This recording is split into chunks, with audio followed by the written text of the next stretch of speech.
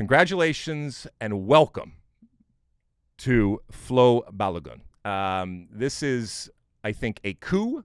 I think that this is a wonderful bit of news that a young, talented goal scorer who is scoring consistently and plays a position of need when it comes to the national team has, like others, once again, chosen the U.S. men's national team to play for when he could have played for multiple others, including England. So, you know, this happened, and is it necessarily a surprise?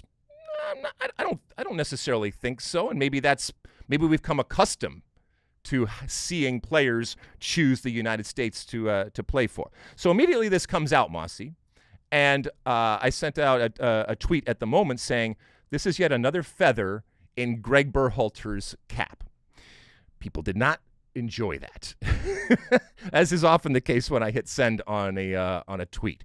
And it was interesting to see the reaction when I had the audacity to give credit to Gregg Berhalter, to even associate this with Gregg Berhalter. And Mosse, you know, there are the in politics, it's, you know, the never Trumpers or whatever. There are the never Greggers out there, that it doesn't matter what happens, it doesn't matter how positive, he deserves absolutely no credit, and basically they would rather him go away and not be heard of ever again.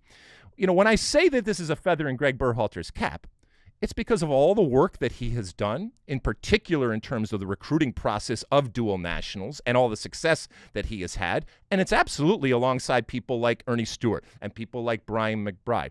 And this has happened on Anthony Hudson's watch as an interim coach. Does he get credit for it? Absolutely.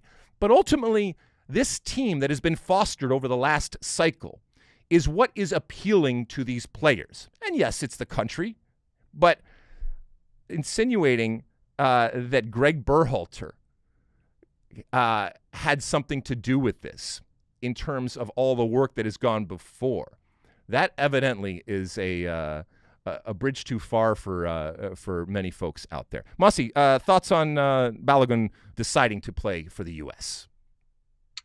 Well, specifically on Balogun, I'm not sure how much groundwork was laid under Gregg Berhalter. It could be that he was unconvinced by his conversations with Berhalter, which is why he hadn't committed to the U.S. yet, and his head was only turned in the last few months after speaking to people other than Gregg Berhalter. I don't know that, but it is a possibility. So whoever you want to give the credit to, it's absolutely massive. He's a very talented player in a position of need.